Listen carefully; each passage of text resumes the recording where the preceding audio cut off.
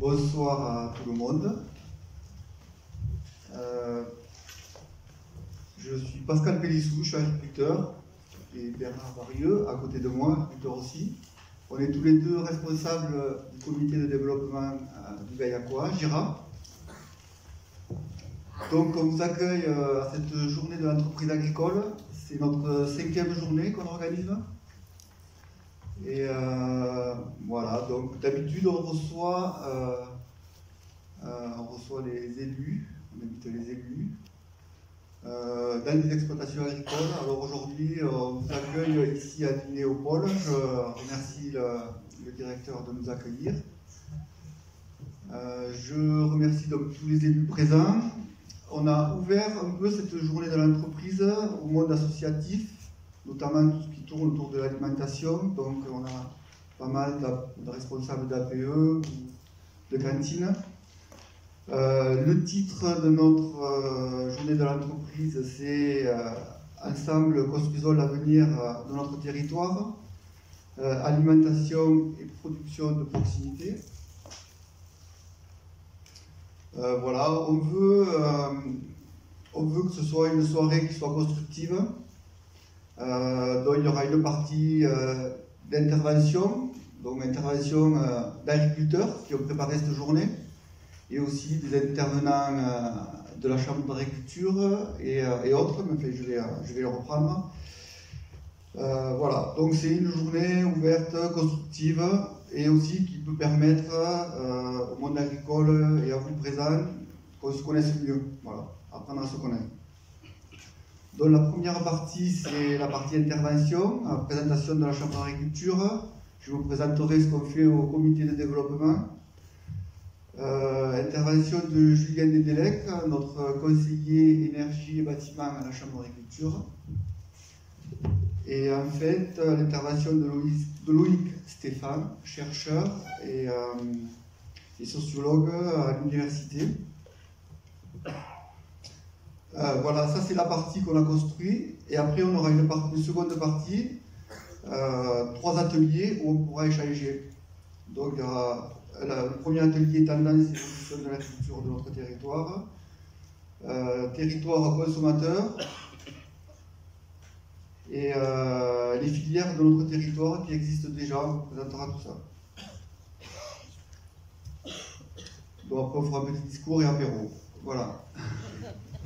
Discours de clôture et apéritif. Je vais donc donner la parole en premier à notre président de la Chambre d'agriculture du Tarn, qui nous fasse une petite présentation. Merci Pascal.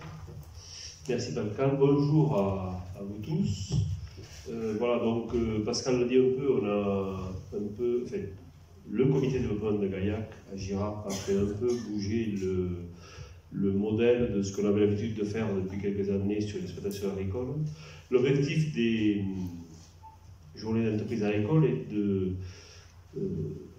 montrer à nos élus et aux gens qui nous entourent tous les jours, et vous voyez bien aujourd'hui l'importance de la discussion que peut avoir le monde agricole avec ses voisins d'exploitation, ses voisins d'entreprise, ses voisins dans le côté habitation.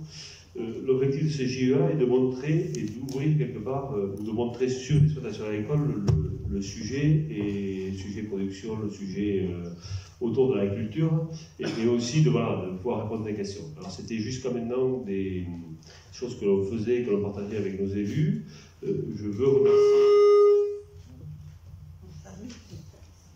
Je suis trop près de quoi.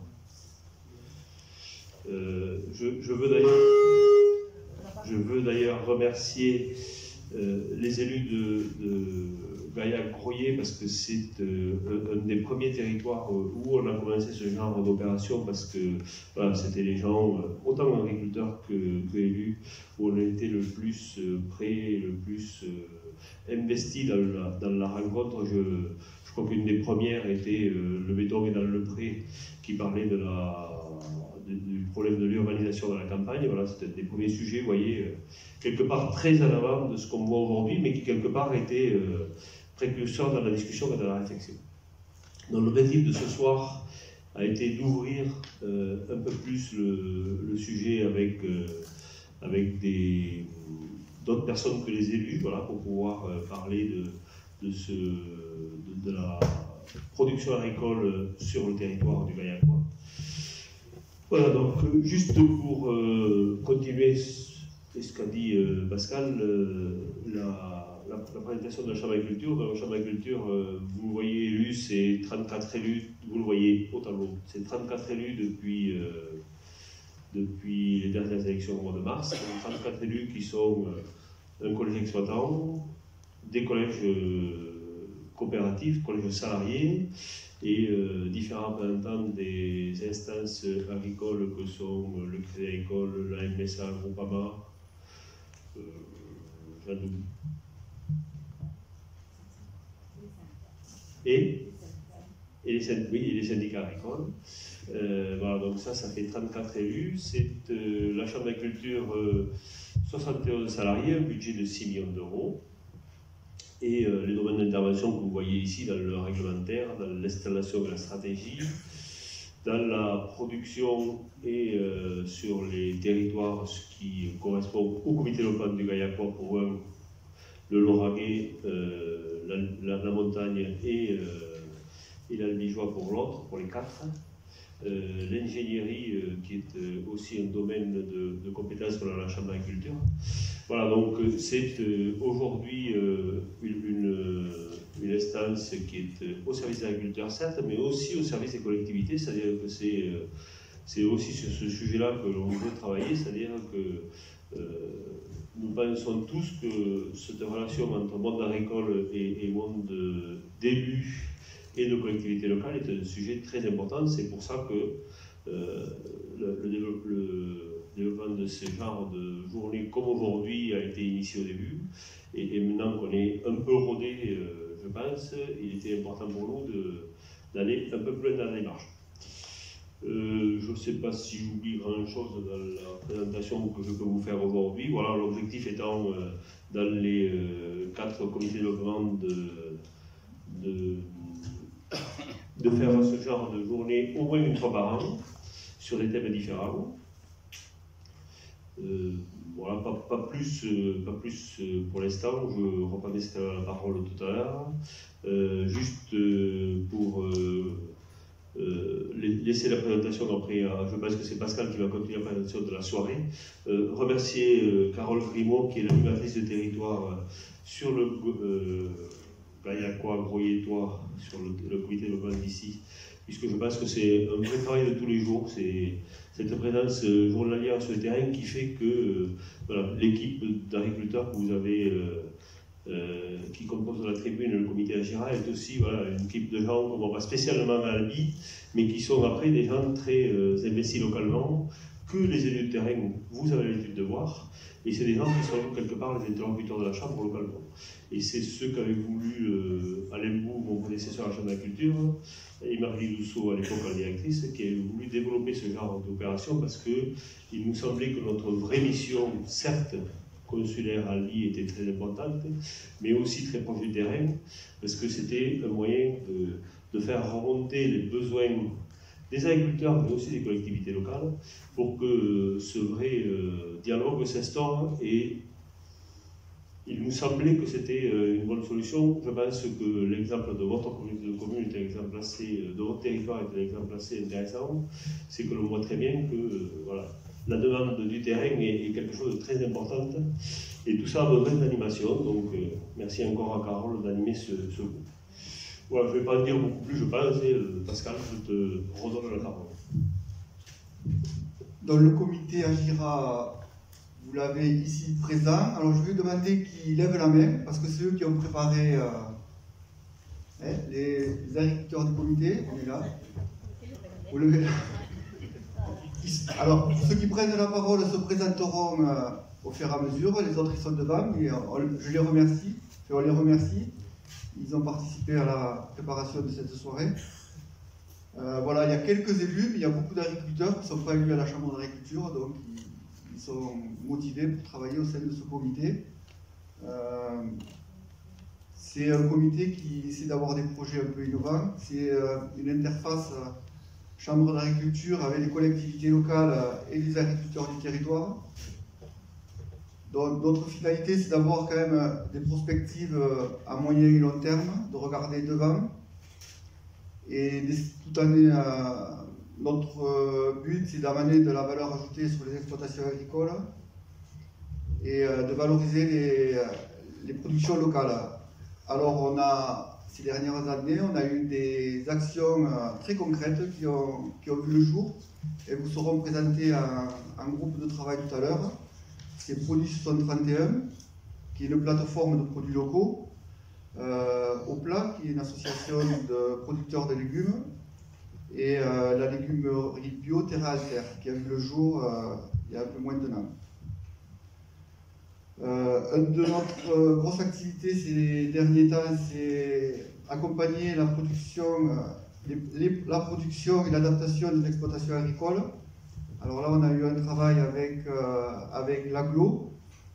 On a travaillé à partir de nos diagnostics diataires de la Chambre d'agriculture. On en a élaboré un certain nombre. Et à partir de là, on a élaboré avec l'AGLO des fiches. J'invite M. Nel peut-être à dire deux mots. Merci. Donc, je me présente, je suis Pascal Niel, vice-président de la communauté d'agglomération. D'ailleurs, j'excuse Paul Salvador, le président de l'agglomération, qui ne peut pas être parmi nous ce soir.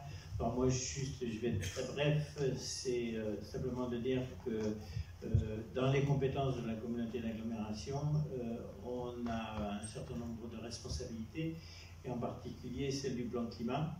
Et celle du plan de climat, c'est d'accompagner l'ensemble des acteurs de notre territoire à faire en sorte que l'activité économique que chacun développe soit plus en phase avec nos obligations par rapport aux problèmes environnementaux dont on parle, mais aussi à s'engager à être le plus vertueux possible. Et c'est l'objet des fiches qui vont vous être présentées, et donc pour lequel la communauté d'Aglo a contribué donc, au financement de ce travail, qui est un travail de chercheur, mais un travail de chercheur appliqué aux exploitations du territoire. Donc ce n'est pas vraiment une réflexion en l'air. Et donc ça, c'est une première étape. Donc on travaille avec l'agriculture parce que c'est l'acteur économique essentiel de notre territoire. C'est aujourd'hui autour de l'agriculture qu'il y a le plus d'emplois et que le chiffre d'affaires global est le plus important en dehors des aspects d'aménagement du territoire. Donc c'est une raison qui me paraît suffisante pour qu'on travaille d'une façon très étroite avec les agriculteurs du territoire. Mais dans les compétences que l'on exerce, il y en a d'autres aussi, en particulier par exemple la compétence scolaire ou la petite enfance, et que là il nous semble important d'avoir un travail de proximité, de façon à ce que quand on parle de filières courtes, ce soit vraiment des filières de proximité qui soient valorisées, tout le travail de collaboration que l'on a fait pour contribuer à la mise en place de ces filières courtes avec l'association des producteurs de légumes.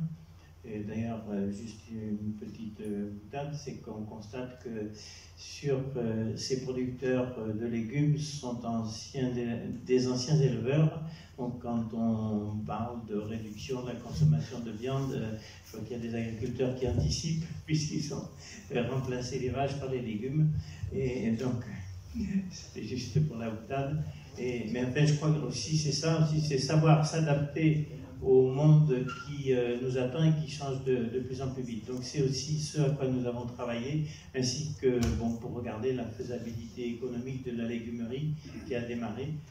Donc voilà, tout ça c'est une collaboration que l'on a avec l'agriculture, de la même façon qu'on l'a avec les autres secteurs économiques, puisque ce matin des chefs d'entreprise étaient reçus aussi à la communauté d'agglomération sur le thème de l'économie circulaire. Donc en fait, c'est à travers toutes les compétences que peut exercer la communauté d'agglomération que la collaboration se fait avec les acteurs du territoire, dont l'agriculture est un des éléments essentiels. Voilà, c'est tout. Merci. Donc avant de rentrer dans le vif du sujet sur notre présentation, quelques agriculteurs vont vous présenter quelques diapos sur l'agriculture et l'attractivité de notre territoire. Bonjour, Jean-Michel Freiss, je suis agriculteur. Je participe pour la deuxième fois au CODEV. Alors je vais vous présenter les chiffres locaux de notre territoire de communauté d'agglo. C'est l'autre tableau. Bon, ça va venir. Voilà, c'est celui-là. Donc,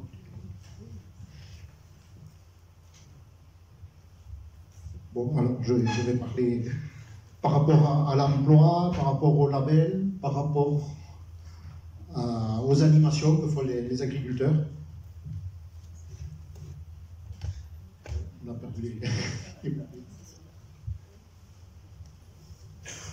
Sur le territoire REC local de communauté d'agglo, il y a 1100 emplois d'entreprises agricoles professionnelles. Ça fait 126 millions d'euros qui sont brassés et ça représente 2000 emplois directs en agricole. C'est passé. Voilà, on est en haut là. Voilà. Alors sur l'emploi, je vous en ai parlé, l'importance de l'agriculture. Ensuite, il y a pas mal de production sous label dans le coin. Pas mal, les agriculteurs participent à beaucoup d'animations importantes. Ensuite, sur les 70 000 hectares que représente notre région, il y a 30 cultures différentes. C'est une richesse de diversité. Si on passe à l'agriculture, c'est des hommes et des femmes sur notre territoire qui est très varié. Quand on voit des couleurs de production différentes, c'est ce qui nous donne notre richesse culturelle et notre attractivité locale. Si on fait le zoom sur, on ne va pas pouvoir voir toutes les exploitations, mais si on prend en moyenne sur une exploitation, le plus important c'est une ferme, ça sollicite 54 entreprises au local, donc 54 entreprises, dont 24 au local. Ça veut dire que l'agriculteur il fait vivre du monde autour, et ça il faut bien en prendre conscience. Voilà, après, on ne va pas rentrer dans tous les détails des chiffres.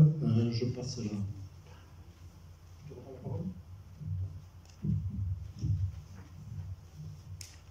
Voilà.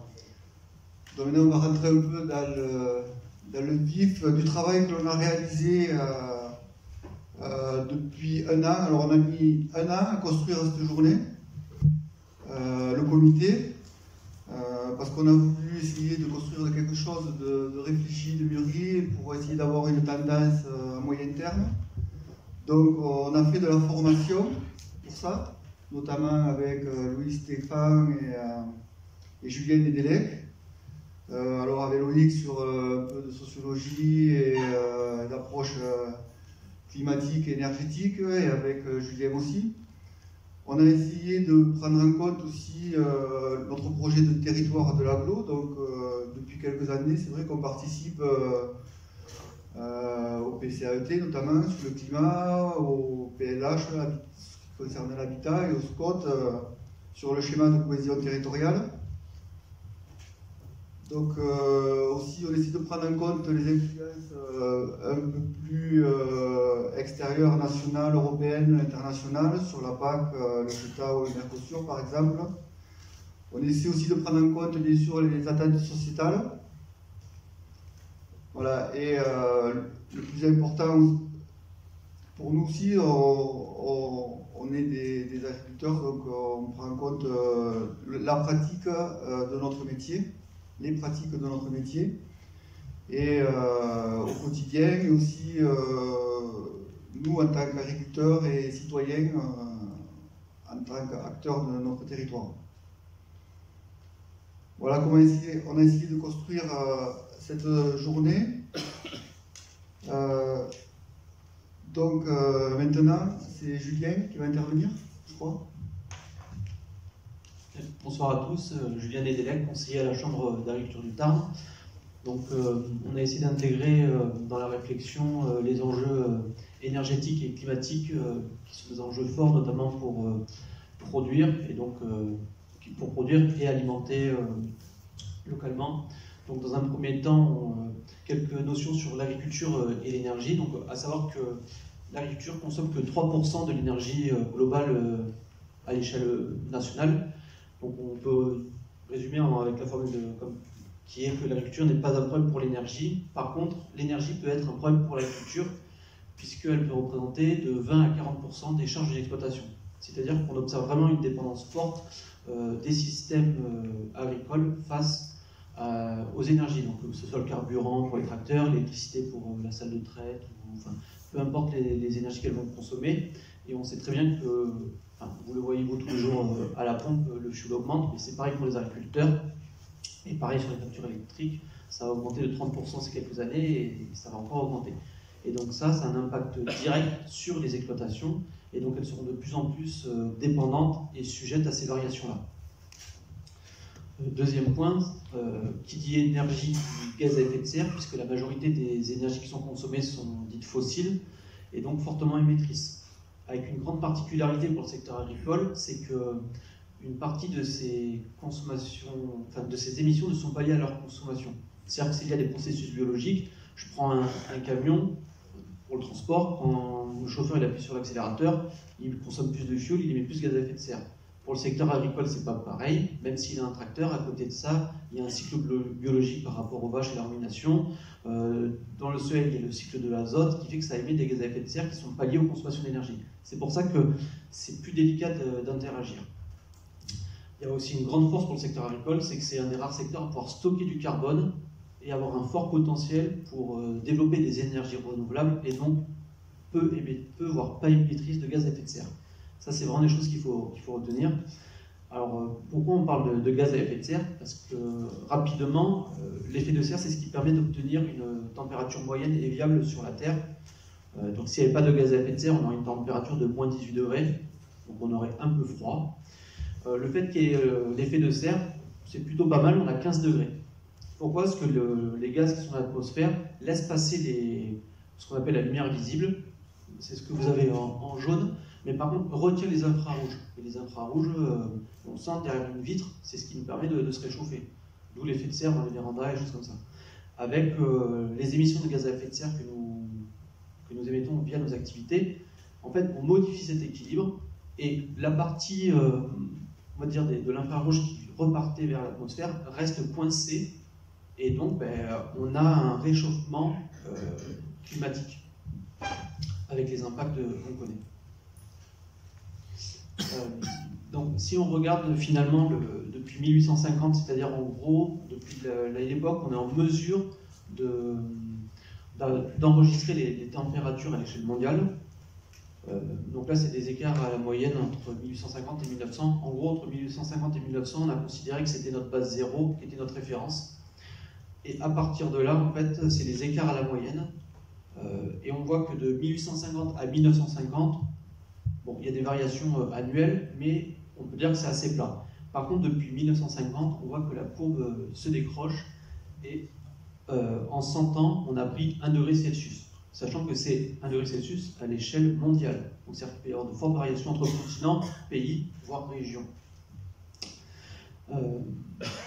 Donc ça, c'est vraiment déjà un point important. On voit 1960, un décrochage.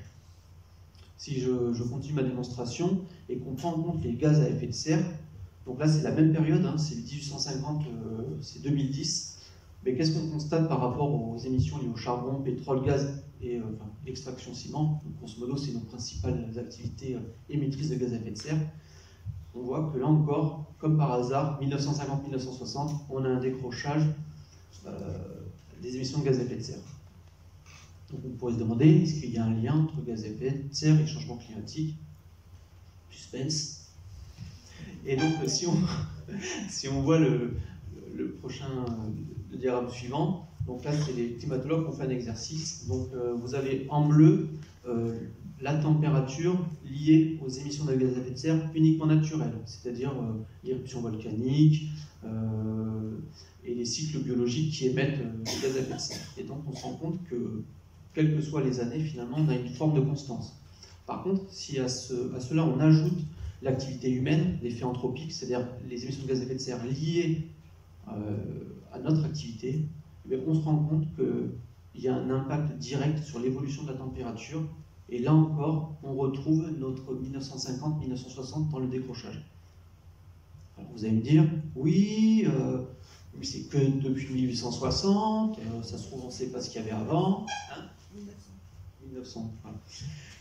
Bon, parce qu'en fait, il n'y avait pas assez de place sur le graphique, mais si les climatologues ont fait des recherches, et en fait, grâce aux carottes glaciaires qu'ils ont retrouvées au Groenland, Antarctique, ils sont remontés jusqu'à moins de 400 000 ans, donc ça commence à être un peu significatif à l'échelle du temps.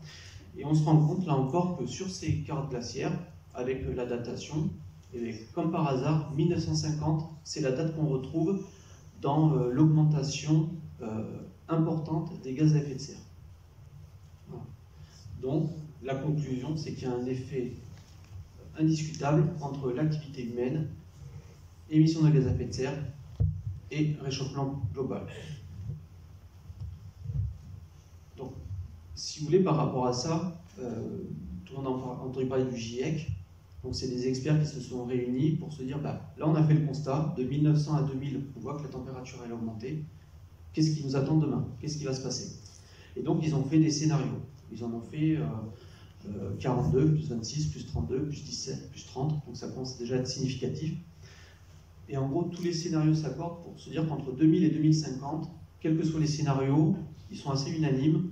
On a une petite augmentation de la température de 1 degré. Donc, je rappelle, 1900-2000, on a pris 1 degré. 2000-2050, on reprend 1 degré. Donc, c'est-à-dire accélération du réchauffement climatique. Et donc, dans tous les différents scénarios, ils se sont dit, en fonction des gaz d'émission de serre que l'homme va réaliser, pas beaucoup, donc c'est bleu, et maximum c'est rouge, qu'est-ce que ça va donner? Et donc là, ils ont joué, donc si en fait on arrête tout et qu'on arrive à stocker du carbone, on réduit le réchauffement climatique, enfin on stoppe le réchauffement climatique. En revanche, si on ne fait rien, on peut prendre plus 5 à 6 degrés, voilà, à l'échelle globale, mondiale. Donc c'est-à-dire que l'enjeu dès maintenant, c'est comment on fait pour ralentir au maximum le paquebot qui est lancé comme une fusée, quoi.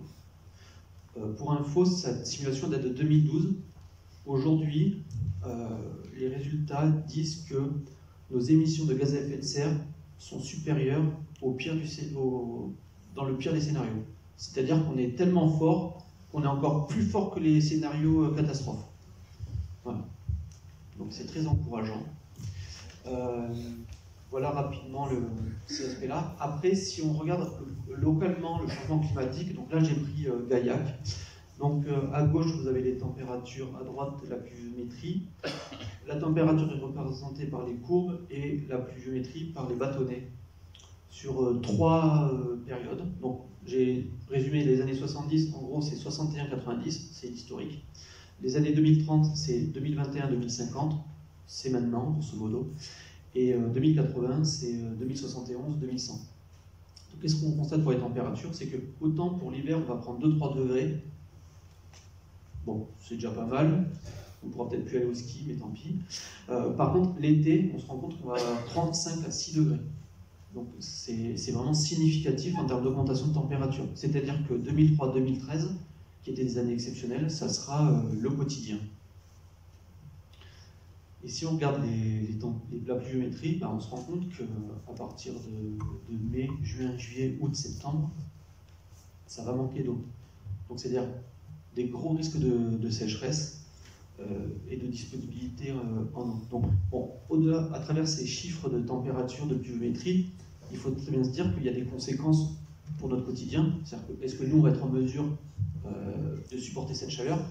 Je ne sais pas si vous avez vécu des moments de canicule, mais quand il fait chaud, c'est difficile, en dehors des systèmes de climatisation, de lutter contre ça.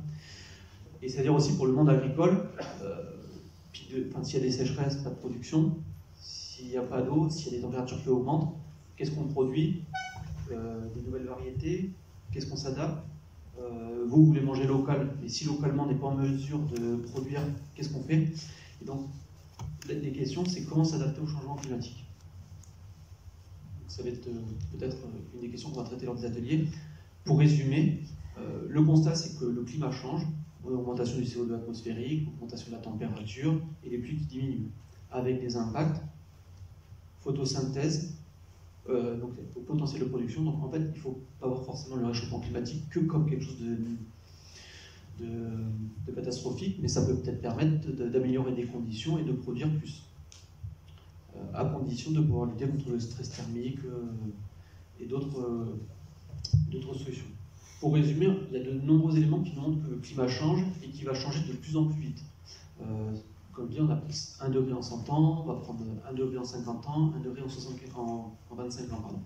Donc l'objectif, c'est vraiment pas d'être alarmiste ou négatif, mais de se dire, on connaît ce constat, on sait ce qui va nous arriver, comment on peut s'adapter pour anticiper ce changement et ne pas le subir, mais plutôt mettre en place des opportunités. C'est vraiment le message qu'on veut faire passer. Donc les deux mots à retenir, c'est s'adapter au changement climatique, c'est une nécessité, mais pas que le monde agricole, je pense que c'est pour tout le monde. Et surtout, atténuer ces émissions de gaz à effet de serre pour pas qu'on aille dans le mur et qu'on prenne 7 degrés dans les dents d'ici quelques années. Et donc, c'est vraiment l'affaire de tous. Bonsoir, je suis désolé, j'ai une voix un peu cassée, mais je tenais à être là quand même. Vas-y, on lance la première diapo. Alors, comment on en est arrivé là? L'agriculture a été transformée après la Deuxième Guerre mondiale. On a mis en place, en même temps que l'Europe, une agriculture et on a su produire. C'est-à-dire que l'agriculture est passée de 13 milliards à 80 milliards quasiment dans le PIB. Mais dans le même temps, le nombre d'exploitations a chuté et la part de l'agriculture dans le PIB a aussi chuté. C'est-à-dire que dans les années 70, on était à 7% du PIB, aujourd'hui on est à 3,5%. Et on se dit, 3,5% c'est marginal. On a tendance à ne plus écouter le monde agricole, ou à ne plus faire attention à ce que signifie la production. En fait, qu'est-ce qui s'est passé? Il y a eu des chocs technologiques. C'est quoi les chocs technologiques? C'est les tracteurs, c'est l'utilisation par le procédé Haber-Bosch de l'azote, ça a été l'utilisation du phosphore. Alors, en fait, on a amélioré les techniques, mais le problème, c'est que la demande agricole, c'est la courbe en vert qui descend, elle est inélastique. Quand vous arrivez à déplacer la courbe de l'offre, c'est-à-dire ce que produisent les agriculteurs, vers la droite du schéma, en fait, vous vous apercevez que les quantités, certes, augmentent, mais le prix des denrées agricoles baisse. Et aujourd'hui, la part de ce que l'on consacre à l'agriculture dans nos budgets a fortement diminué. Le problème, c'est que le revenu d'un agriculteur, c'est le prix que multiplie la quantité. Or, cette situation a conduit à une situation qui est un peu problématique, c'est que dans la situation actuelle, le deuxième prix, donc P2 fois Q2, les nouvelles quantités, est inférieur à ce qu'il gagnait autrefois. Et c'est un mécanisme classique de l'offre et de la demande, et sur lequel il faut travailler. En plus, on a décidé de libéraliser l'agriculture, on a travaillé avec le groupe sur le CETA, sur la PAC, sur le Mercosur. En fait, comment on a obtenu ça? Alors ça, c'est eux qui ont voulu que je le mette, c'est Jean-Marc Jancovici qui explique ça, c'est le formidable pouvoir de l'énergie. Grâce à l'énergie, on a des esclaves énergétiques. Alors, qu'est-ce que ça signifie? Si tout le travail manuel, ce qu'on fait à la main, grosso modo, c'est 10 watts avec les bras et 100 watts avec les jambes. Un tracteur, c'est l'équivalent de 600 paires de jambes. Un tractopelle, c'est l'équivalent de 10 000 paires de bras. Un camion, c'est l'équivalent de 4 000 paires de jambes. Et un avion, alors là, c'est 10 millions. Donc vous voyez, c'est l'énergie qui transforme le monde et c'est l'énergie qui nous a permis des progrès de mécanisation. Le problème de l'énergie, vas-y, passe à la diapo suivante, c'est qu'elle nous pose un tout petit peu problème. Vous avez compris, c'est l'énergie qui transforme le monde et qui nous permet de créer de la richesse. Mais le problème, c'est que le mix énergétique mondial, alors je l'ai très simplifié, c'est 85% d'énergie fossile et 15% d'énergie renouvelable. Vous avez les grandes masses, pétrole 34%, mais 98% des déplacements. On ne sait pas se déplacer sans pétrole. Le gaz, 25%, un quart, et le charbon, pareil. Ils ont un tout petit problème, ces énergies fossiles, c'est qu'elles génèrent du CO2, inéluctablement. Et qui dit CO2, Julien vient de l'expliquer, dit réchauffement climatique. on se dit on va faire des énergies renouvelables. Manque de peau, à part les barrages et quelques technologies, elles consomment des terres rares. Or, les terres rares, on n'en a pas beaucoup. Et elles sont en plus très mal réparties sur le globe. Donc ça veut dire que si on veut véritablement lutter contre le réchauffement climatique, il va falloir utiliser moins d'énergie. Et si on utilise moins d'énergie, ça veut dire qu'on risque de se retrouver dans un phénomène de décroissance subie. On a une étude récente de Gaël Giraud et de Zeynep Karaman qui montre que 60% de la richesse produite est expliquée par l'énergie utilisée. On a très longtemps cru, avec le théorème du Kocher, que c'était 10% de la création de richesse et que c'était le capital et la transformation par le capital qui permettait de créer de la richesse. On sait aujourd'hui que c'est probablement faux et que c'est plutôt l'énergie qui transforme le monde. Et l'agriculture, Julien l'a dit, a besoin d'énergie. Et il va falloir se poser la question de comment on hiérarchise les usages. Pourquoi? Parce que ça, c'est le monde physique. À gauche, vous avez des courbes exponentielles qu'on a connues jusqu'à présent. C'est-à-dire, est-ce qu'on a des exemples dans la nature? Aucun. Strictement aucun. Les courbes ne montent pas au ciel. Et il y a Golding qui disait, pour croire à une croissance infinie dans un monde fini, il faut être soit un fou, soit un économiste.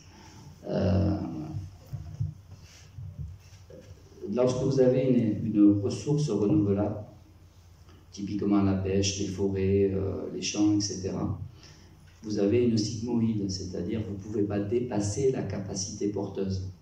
La capacité porteuse, c'est l'empreinte de la planète. C'est Catton qui a étudié ça dans un livre qui s'appelle Overshoot. Et en fait, il nous explique que si on consomme une planète et demie chaque année, on dégrade la capacité porteuse de l'écosystème. Et si vous dégradez la capacité porteuse, dans le futur, vous pourrez produire beaucoup moins. Et pour toutes les énergies non renouvelables, le sable, le pétrole, le cuivre, tous les métaux qu'on utilise un peu partout, on a ce qu'on appelle un pic du verre. C'est quoi un pic du verre? C'est-à-dire qu'en gros, on peut augmenter la production dans la première partie, c'est le dernier graphique sur votre droite. On peut augmenter la production et dans la première partie, on a l'impression qu'on est sur une exponentielle et que tout va bien. Mais lorsqu'on arrive à la moitié du stock, on ne peut ensuite qu'inéluctablement décroître, obligatoirement. Et cette décroissance, on essaie de la calculer. Et tous les travaux disponibles sur les principaux éléments qui composent l'économie mondiale nous donnent des pics entre 2010 et 2040 dans le meilleur des cas. Donc ça veut dire qu'on va avoir un problème de ressources pour créer de l'énergie. En fait, vas-y, continue. On est face à ce qu'on appelle des phénomènes logistiques complexes. En fait, là c'est du champ à l'assiette jusqu'au rayon, la logistique. En fait, l'économie, elle a cette particularité, c'est qu'elle spécialise les acteurs et elle les rend plus performants. Mais en les rendant plus performants, elle les rend plus fragiles. Imaginez, vous vivez sur un territoire, vous vous regroupez, il y avait 2 boulangers. Dans un système normal, le meilleur des 2 boulangers va récupérer toute la clientèle et au bout d'un moment, le deuxième boulanger va disparaître. Mais le problème, c'est que s'il ne reste plus qu'un boulanger qui tombe malade, vous allez avoir un tout petit souci d'approvisionnement. En fait, l'économie s'est mise en place après la Deuxième Guerre mondiale avec les conteneurs, avec les transports. Tu passes à la diapo suivante, s'il te plaît. Ça, c'est l'exemple classique qui est souvent donné. Ça, c'est le nombre de kilomètres parcourus par un yaourt industriel que vous trouvez en grande distribution. Un yaourt qui fait 10 000 km. Ça paraît assez fou, et donc vous imaginez que chaque kilomètre est égal à des CO2. Et, vas-y, on va passer rapidement, je vais faire court à cause de la voix. En fait, ce qu'on a travaillé avec le groupe, c'est ce qu'on appelle un diagramme de Pestel. On a essayé de voir les évolutions de l'économie. On rentre dans un monde de faible croissance, et avec des choses qui nous inquiètent, c'est le retour du protectionnisme. Vous avez vu aujourd'hui, il y a eu une décision à l'OMC avec des barrières douanières, ou en tout cas des droits de douane pour un certain nombre de produits français, et notamment, comme par hasard, l'agriculture. Sur l'aspect politique, moi je suis assez inquiet sur la remise en question de la PAC et de son évolution. Alors, on ne vous l'a pas dit, mais un des travaux qu'on a fait avec le groupe, c'est qu'on a pris une exploitation lambda qui avait grosso modo 400 000 € de chiffre d'affaires. On a regardé toutes les charges et on a regardé, et à l'arrivée, on arrivait grosso modo à un résultat. On a augmenté le prix de l'énergie, c'est plus viable. Les gens ne gagnent plus d'argent. On a un problème de législation qui devient de plus en plus complexe. On a tous les problèmes écologiques, on l'a dit. Alors, on a quelques éléments d'espoir sur les GPS, sur la technologie, sur les biotech ou les OGM. Mais on a aussi, en contrepartie, des attentes sociales fortes.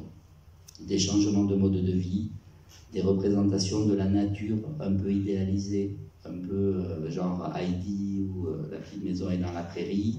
Et il faut travailler avec ces représentations-là pour comprendre que l'agriculteur, c'est pas un gros porc qui veut détruire la nature et qui salope tout. Et moi, si je suis là, et si j'accompagne ce groupe depuis le début, c'est que je me suis aperçu qu'il y avait plein de contraintes sur le monde agricole, mais que c'est des gens formidables et qui ne demandent qu'à faire mieux. Mais la condition pour faire mieux, passe à la diapo suivante, c'est la condition du revenu agricole. Il faut que vous sachiez que l'agriculture et l'alimentation, c'est vital.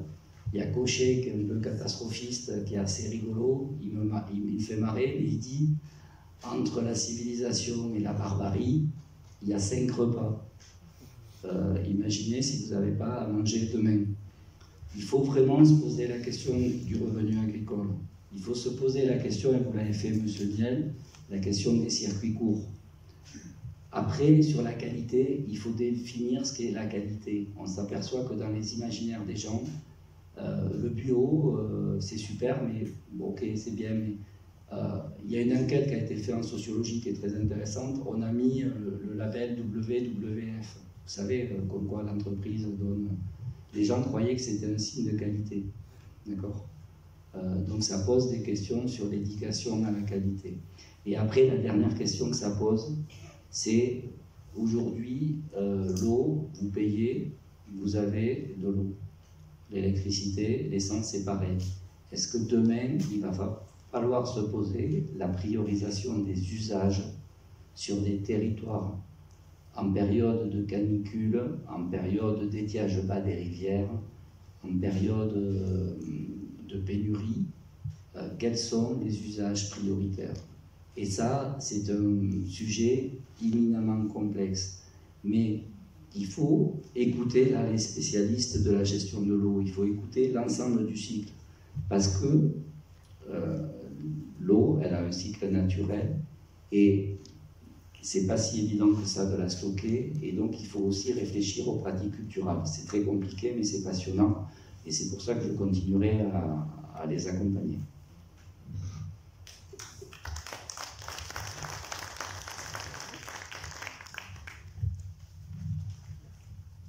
Alors c'est difficile de prendre la suite de Loïc, mais on a aussi pris beaucoup de plaisir avec lui et avec Julien dans cette formation, dans la préparation de cette soirée.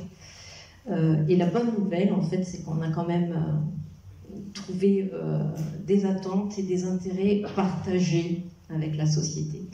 Alors, je ne suis pas présentée, moi je suis Blandine Marre, je suis agricultrice avec mon mari sur la commune de Montense. Quelles sont nos attentes? Alors, vous, nous, nous tous, ce qu'on souhaite, c'est une alimentation durable. Alors, qu'est-ce qu'on entend par alimentation durable? On s'est inspiré de la définition de la FAO. Donc, c'est une alimentation qui protège la biodiversité des écosystèmes. Elle est acceptable culturellement, accessible, économiquement loyale et réaliste, sûre, nutritionnellement adéquate et bonne pour la santé. Elle optimise l'usage des ressources naturelles et humaines. Alors cette alimentation durable, telle qu'on l'entend dans cette définition, elle a forcément un impact sur les productions, donc sur la production agricole, sur la restauration, sur l'artisanat, la logistique, les grossistes et tous les circuits de transformation, de distribution sur le territoire. Voilà. Ce qu'on souhaite aussi tous, et nous particulièrement au CODEV Agira, c'est une agriculture durable. Alors on a essayé de vous définir ce qu'on entendait par une agriculture durable. Pour nous, une agriculture durable, c'est une agriculture viable, vivable et transmissible. Alors, forcément, ça a aussi un impact sur le consommateur, donc vous, nous, le résident, nous sommes tous des résidents de l'agglo, les pouvoirs publics, vous êtes là, la profession agricole, on est quelques-uns, la technologie, le chef d'entreprise, l'individu, et surtout sur les pratiques agricoles. On a aussi des intérêts partagés. Alors, vous vivez dans un bassin de vie. C'est notre bassin de consommation. Vous voulez la diversité des paysages, le respect de la biodiversité. Et nous souhaitons protéger nos espaces et nos pratiques agricoles. Vous souhaitez une alimentation de proximité. Nous vous proposons une production de proximité. Vous êtes en attente d'authenticité. Et nous vous proposons des signes officiels de qualité, des labels, par exemple le label Bienvenue à la ferme. Mais tous ces intérêts sont impactés par l'augmentation du coût de l'énergie et par le changement climatique. C'est pour cela qu'on va voir maintenant les tendances d'évolution de l'agriculture. Et je passe la parole à Bernard. Oui, bonjour à tout le monde. Donc, je suis agriculteur sur la commune de Paris-Mont de céréales et en transformation, puisqu'on fait de la farine et de l'huile en grec avec mon épouse. Donc, on va essayer de rester positif malgré tout. On a bien vu que les tendances d'évolution de l'agriculture, elles seront liées au climat, à l'augmentation de l'énergie ou à la raréfaction de l'énergie et au souhait de la société. Voilà, donc le scénario d'évolution, alors ça, c'est notre vision, c'est-à-dire la vision du CODEV Agira. Donc, le constat, on aura une augmentation des charges de production. Il va falloir s'adapter et adapter les pratiques agricoles. Donc, lié au climat, il y aura des évolutions sur les cultures. Et surtout, les moyens de production, donc que sera le foncier. Alors, le foncier, il faut savoir qu'on perd 26 mètres carrés par seconde. Donc, depuis qu'on a commencé notre réunion, vous voyez déjà ce qu'on a perdu. L'énergie, elle va se raréfier et elle va augmenter. Et l'eau, car on sait tous que l'eau c'est la vie, et pour produire, il nous faudra de l'eau. Voilà, donc au sein du CODEV, nous nous sommes posé des questions. Le constat, je vous l'ai dit, donc c'est l'énergie qui augmente, qui se raréfie. Il va falloir s'adapter. Alors ça, c'est les questions que se sont posées, que nous sommes posées. Donc nos terres, elles ont des potentiels variables. Donc en fonction de notre potentiel, qu'est-ce qu'il faudra y faire dessus? Je vais rester dans ma production. Donc certains sont spécialisés en viticulture, d'autres en élevage ou en céréales. Donc faire de la polyculture, pour réintroduire de l'élevage, faire du maraîchage. Donc Pascal l'a dit, il y a des éleveurs qui ont arrêté et qui font du maraîchage. Me diversifier, c'est pareil. Ajouter du maraîchage dans mes assolements. mettre des oliviers, du raisin de table, des amandiers, des plantes, faire des huiles essentielles. Donc la question aussi, ça a été de réintroduire de l'élevage sur nos exploitations. Donc ça, on pourra en discuter parce qu'aujourd'hui, l'élevage n'a pas le vent en poupe. Mais ça peut être une nécessité sur nos exploitations parce que c'est quand même... on peut augmenter les assolements, travailler sur le plan protéines et c'est surtout les déjections animales, ben, ça fait de l'azote. Et l'azote, quand on n'a plus d'énergie ou que l'énergie se raréfie, on en manque. Voilà, donc Carole, tu peux passer à l'autre. Donc, pourquoi souhaitez-vous réintroduire de l'élevage? Donc ça, je vous ai dit, on pourra en discuter au sein des ateliers. Pensez-vous qu'il sera de plus en plus difficile de cultiver vos terres et quelles sont vos craintes? Oui, ben, des parcelles aux abords des villes. On sait tous aujourd'hui qu'il est très compliqué, lié aux produits phyto, de se rapprocher des maisons. La circulation, ben, c'est pas fait pour des engins agricoles assez imposants. Et ensuite, lors des récoltes ou des semis ou du travail du sol, un agriculteur, il ne travaille pas forcément dans les heures ouvrables. Et donc la nuit, ben, ça fait du bruit. Quand on récolte et qu'il y a du vent, ben, les résidus, ils volent, ils se logent dans les piscines des personnes qui habitent à proximité. Et ça ne fait pas sérieux. Donc comment vont évoluer les pratiques agricoles d'après vous? Alors, donc, on fait déjà une agriculture de qualité. Il y a l'agriculture raisonnée, les biocontrôles, il y a l'agriculture biologique. L'élevage, aujourd'hui, il est principalement labellisé. L'eau, donc, c'est une ressource, j'en ai parlé tout à l'heure, qui restera indispensable.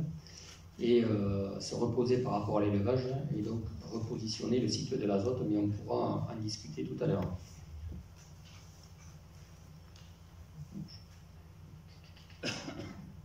Donc les tendances. Donc pour anticiper ces contraintes qui vont voir le jour, donc plutôt que de subir, on va essayer d'anticiper. On a défini 3 tendances. Donc la première, c'est agir pour 2025. Quelle agriculture on veut? Agir et innover pour 2050.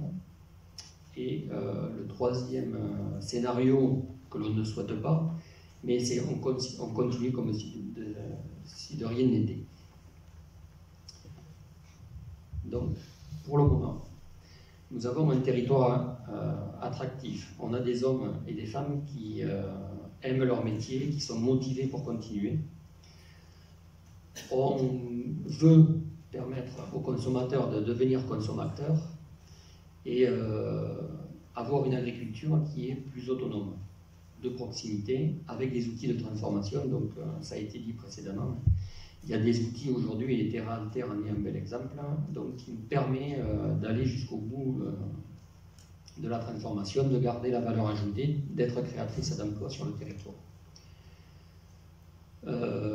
Bien sûr, cette tendance, elle ne peut voir le jour que s'il y a des agriculteurs, s'il y a des élus, et on a la chance d'avoir une communauté d'agglo qui nous suit, qui nous fait confiance, et donc derrière des consommateurs qui jouent le jeu.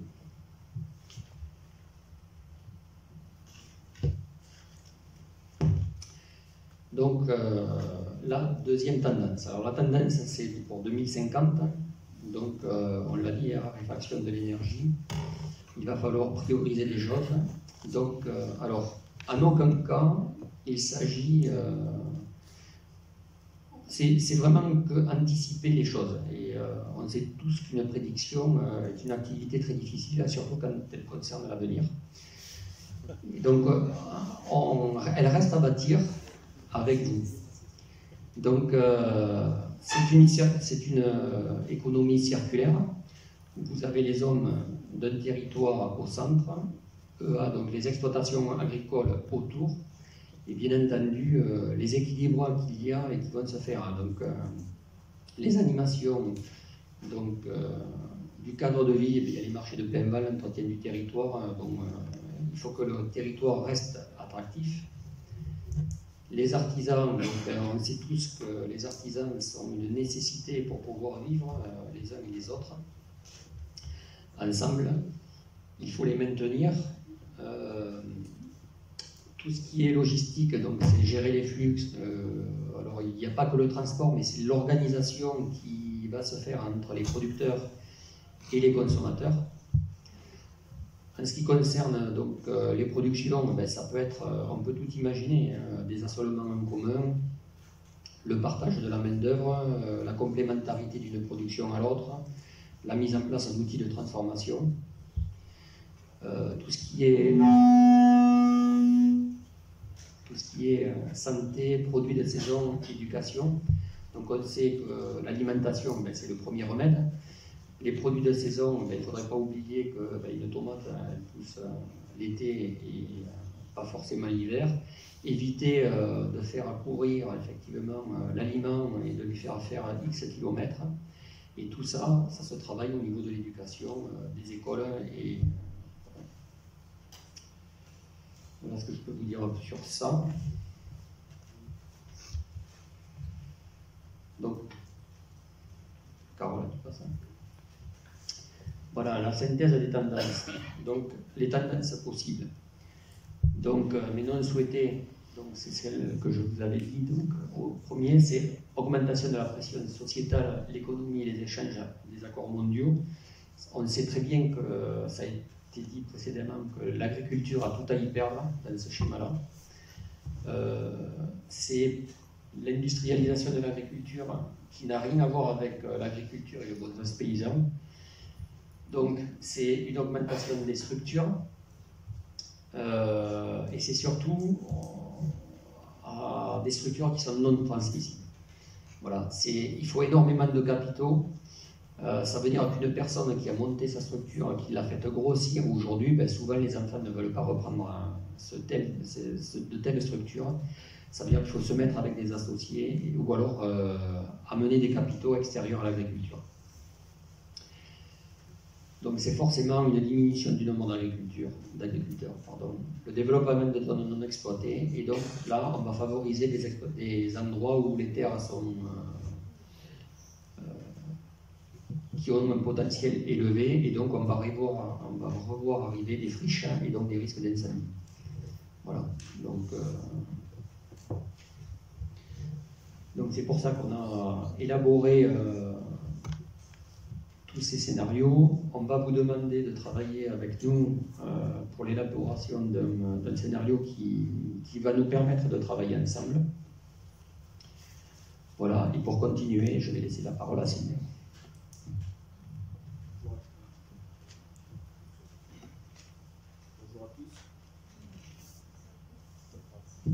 Bonjour à tous, donc Sylvain Lagan, je suis agriculteur à Coufouleux, en céréales et ovins-viande.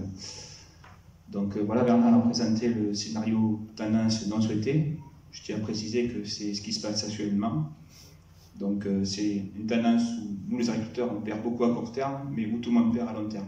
Je pense que c'est ça qu'il faut comprendre.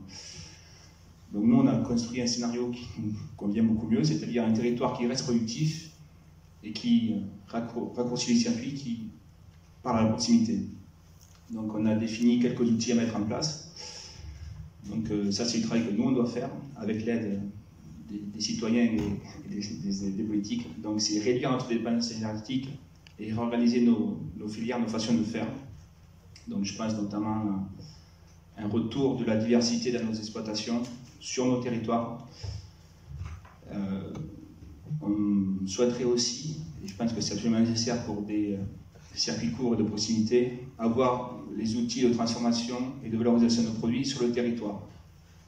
Donc je pense que là c'est quelque chose, il faut continuer là-dedans.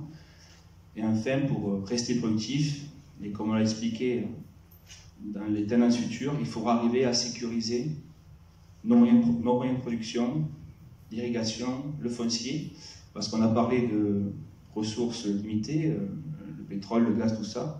Le foncier est une ressource limitée, la terre ne s'agrandit pas. Elle aurait même plutôt tendance à se rapetisser. Donc, et nous devrons aussi sûrement prioriser l'énergie si on considère tous ici que se nourrir est important dans le futur comme ça l'est aujourd'hui. Donc, si on arrive à vous convaincre ce soir de ce qu'il faut faire et de comment il faut le faire, c'est-à-dire nous, mais aussi vous, citoyens, et vous, décideurs politiques, il va falloir le faire très très vite. Il écrit une urgence, je pense qu'on a déjà un train de retard, donc il faut s'y mettre. Alors voilà, une fois qu'on a mis en place... C'est une fois par personne, par an.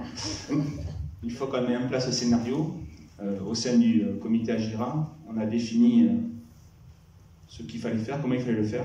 Donc on a déjà...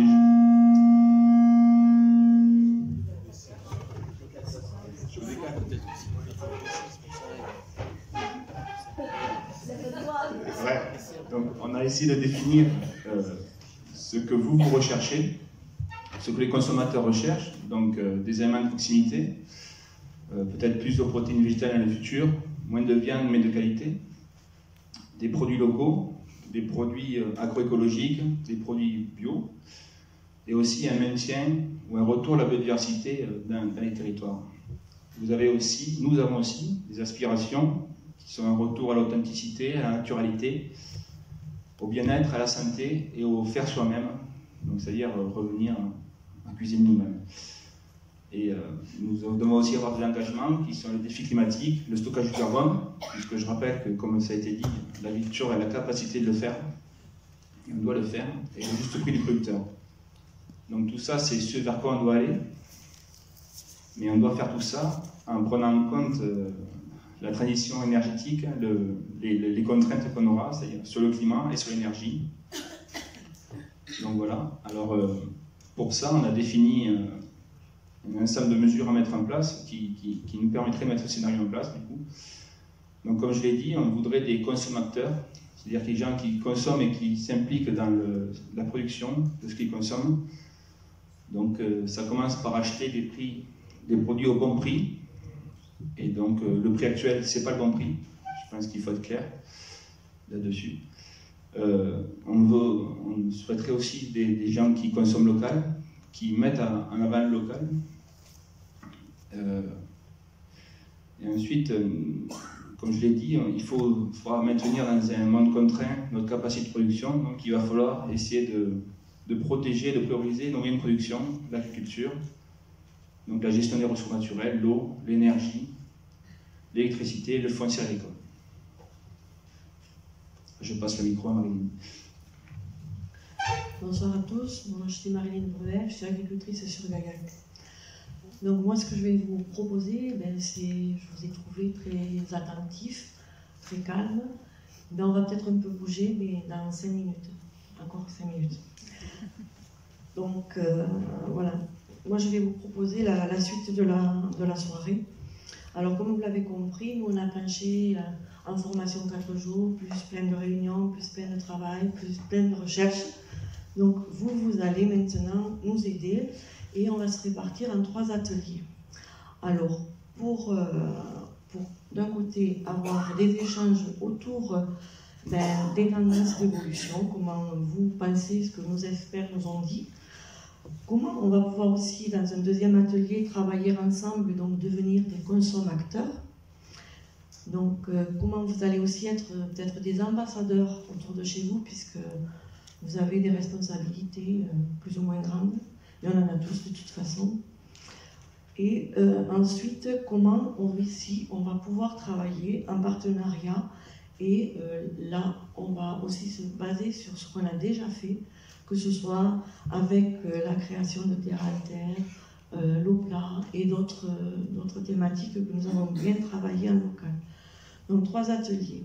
Sur vos badges, donc vous allez regarder, il y a des gommettes. Il y en a des bleues, il y en a des rouges et il y en a des vertes.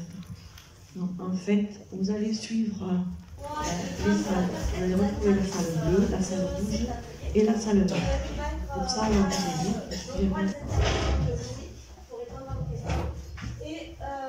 Et des membres d'Agira que vous avez à côté de moi, donc Sandrine, Émilie, Marilyn, Christian et Sylvain. Et Bernard. Donc, je suis gardienne des examens, mais aussi de la méthode. demandé de participer et de co-construire. On est vraiment dans l'écoute et l'échange. Personne n'a tort, personne n'a raison à ce niveau-là, sauf Loïc. Voilà. Mais donc on a fait le choix, le groupe Agira a décidé de faire le choix de ne pas avoir de débat en grande séance, mais plus en atelier pour favoriser les échanges. Voilà. Mais ce seront des débats qui vont être dirigés, c'est-à-dire qu'on a choisi 2 questions et on va vous demander de répondre à ces 2 questions pour faciliter l'échange avec Loïc et avec le groupe Agira sur ce qu'ils vous ont présenté. Alors on a 40 minutes, donc ça veut dire qu'à 19h40, quoi qu'il en soit, on arrêtera l'atelier. Voilà. Et aussi, je vais faire en sorte, je me permets que s'il y a un sujet qui monopolise trop la séance, on passera sur un autre thème. Et comme l'a dit Marie-Hélène Bruel, le groupe Agira reviendra vers vous. Quoi qu'il en soit, il reviendra, donc pour aller plus loin peut-être sur des questions. Parce que 40 minutes, on n'aura pas le temps de le traiter. Et vraiment, aujourd'hui, c'est commencer, entamer et à échanger. Est-ce que vous pouvez éteindre la lumière?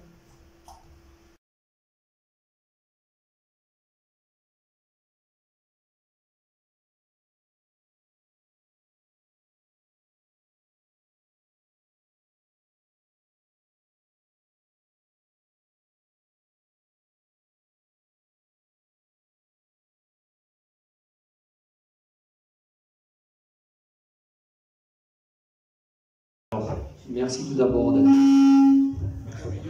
Merci à tout le monde d'être venu, d'avoir participé aux différents ateliers, d'avoir été acteur. Donc on ne manquera pas, derrière ce travail qui a été amorcé, de continuer donc, ce travail et de vous présenter ce qui va en découler. Donc tout d'abord, merci quand même à l'agglomération, puisque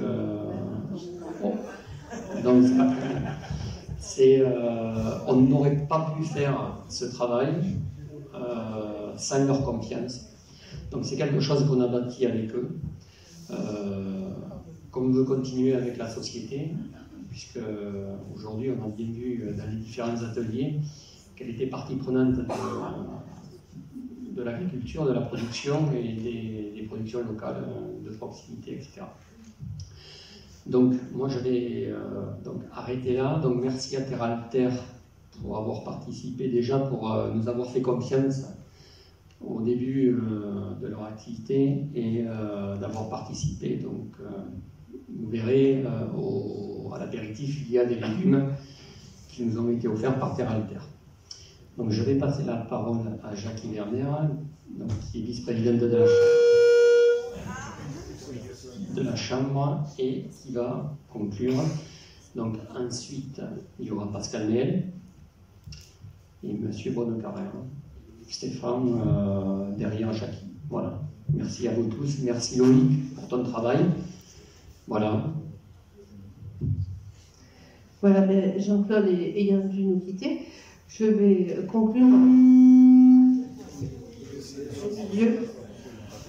Je vais remercier fortement le groupe Agira et les intervenants qui les ont accompagnés, parce que grande qualité de travail, belle soirée, beaux échanges, et remercier évidemment tous ceux, vous qui êtes venus aussi partager ces échanges, parce qu'on apprend toujours quelque chose et surtout ensemble.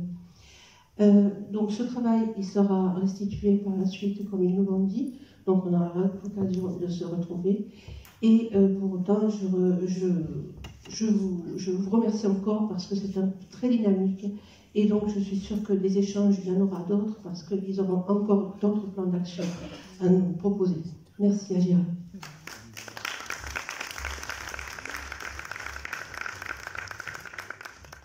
Merci Bernard. Bon, je vais être très bref parce que je pense que tout le monde a très faim. Et généralement, quand on dit ça, on fait 2 heures de discours, donc vous allez voir.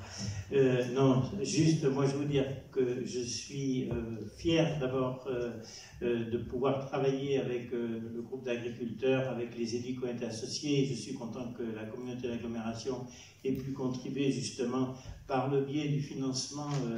Des fois, on se demande à quoi sert l'argent public. Donc là, le financement de l'argent public a servi à financer les études sur lesquelles les chercheurs chercheurs ont pu par derrière faire des hypothèses, travailler. Donc tout ce travail scientifique, il faut le rémunérer aussi. Donc c'est bien qu'à travers donc, les actions en matière d'environnement et les financements de l'environnement puissent servir à des choses concrètes comme celle-là. Donc derrière, ben, il n'y a plus qu'à. Alors sur un territoire comme le nôtre, vu l'importance de l'agriculture, quand je dis il n'y a plus qu'à, ça veut dire aussi qu'il y a du potentiel et qu'on peut faire des choses. Je suis persuadé que l'agriculture est dans les acteurs économiques un domaine qui peut agir beaucoup plus que d'autres. Donc il faut qu'on se retrousse les manches. Nous, on sera d'accord pour se les retrousser avec vous, avec l'ensemble de la profession agricole. Et donc c'est dans ce sens qu'on va continuer à travailler.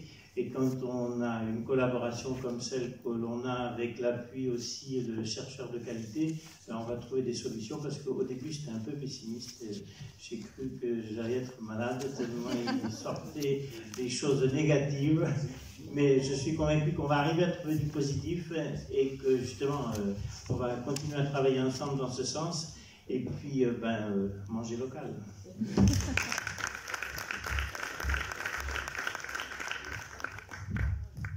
Oui, donc je vais passer la parole à Loïc.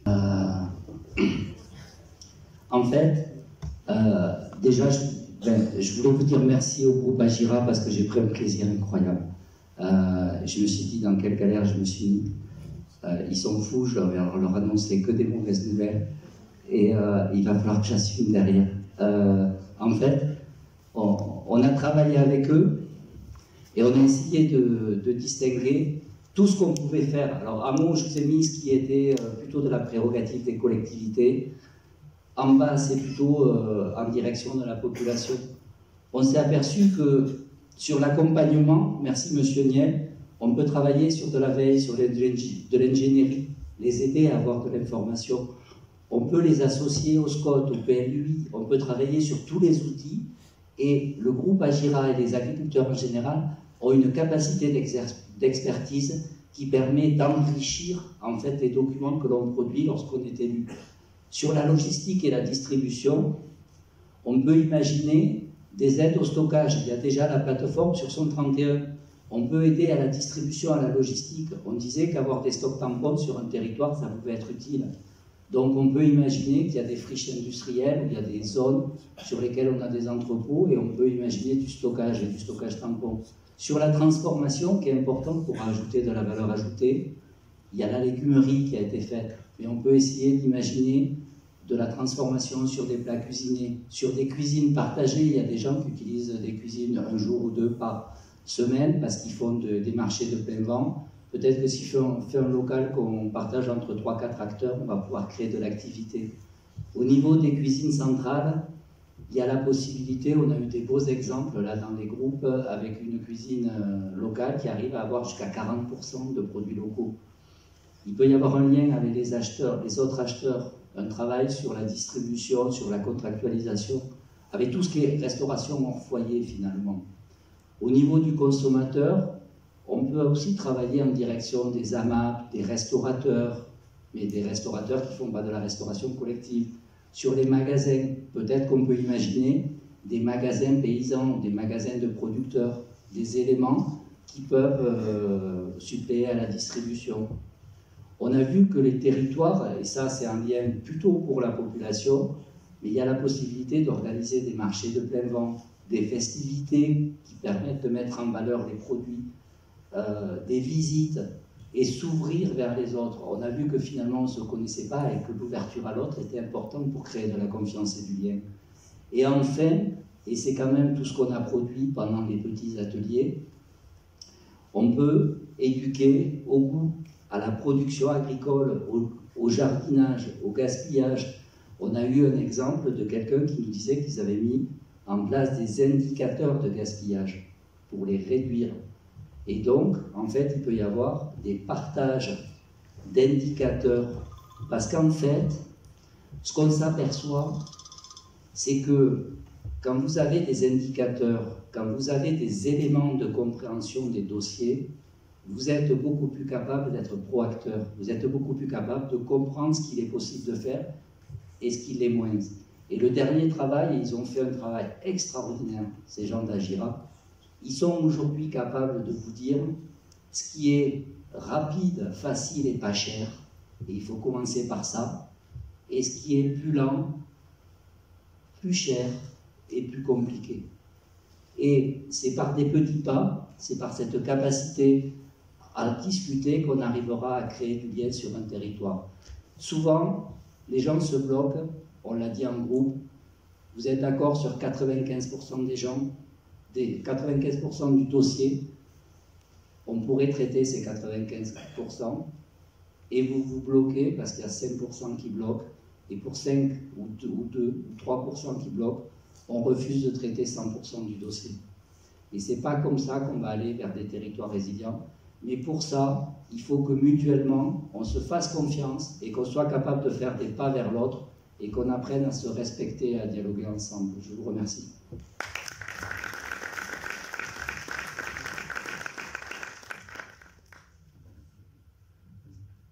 Merci Loïc pour ta capacité et ton esprit de synthèse. Puisque là, on a le résumé des différents ateliers de la soirée. Monsieur le sénateur, je vais vous inviter à conclure. Merci, Monsieur Barrieux. Ce serait très prétentieux devant les uns les autres, et parmi vous, je sais qu'il y a d'excellents connaisseurs du territoire et du monde agricole. 3 observations très rapides en vous écoutant. Premièrement, bravo pour l'agglomération de s'attaquer à ce sujet. C'est un magnifique challenge que sur notre territoire, dont on connaît toutes les qualités, non seulement paysage, mais les qualités aussi de production agricole, il y a sur ce secteur de Bruyères et Gaillac une telle qualité dans vos différentes cultures, dans la variété de vos terroirs, que l'on se dit que sur ce terrain des circuits courts, vous avez une chance particulière, et que ou une opportunité particulière.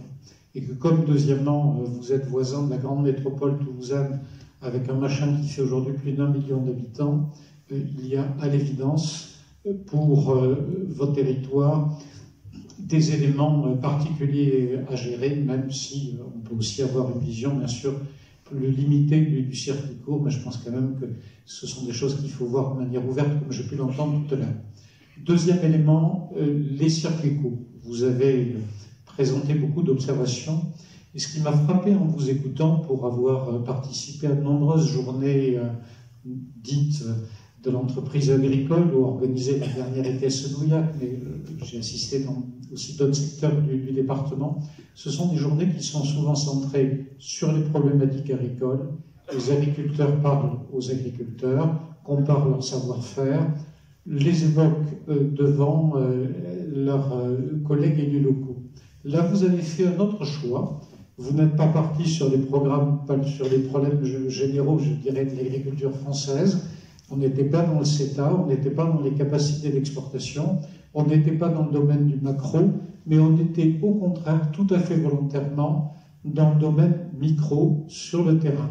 Si j'avais une formule à utiliser pour résumer un petit peu ce que j'ai ressenti, vous avez travaillé sur ce que j'appellerais une agriculture à hauteur d'homme.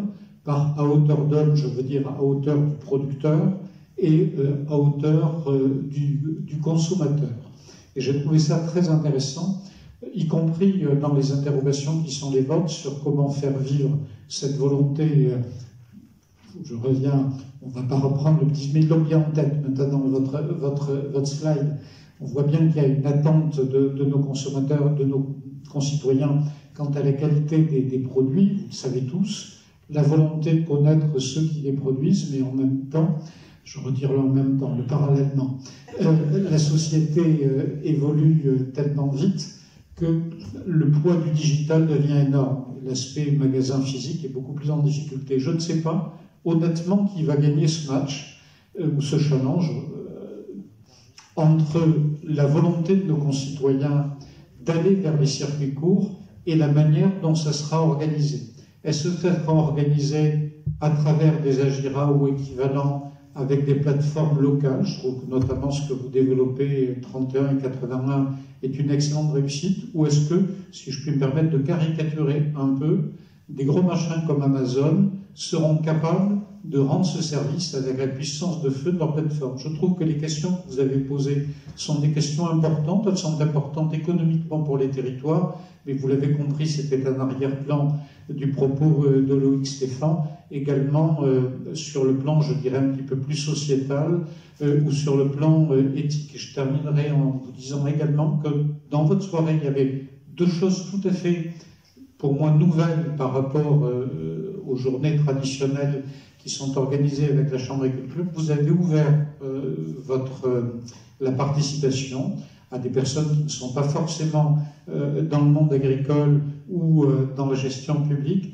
et vous avez également ouvert à l'université. Vous avez entendu que les universitaires étaient passionnés et étaient intéressés par cette idée de pouvoir aussi se colter au-delà de leur travail de recherche, leur travail plus intellectuel, se colter aux réalités. Ça, c'est quelque chose qu'il faut garder aussi en point de mire pour la suite. Donc, un grand merci, excusez-moi d'avoir déjà été un petit peu long. Bonne continuation à toutes et tous.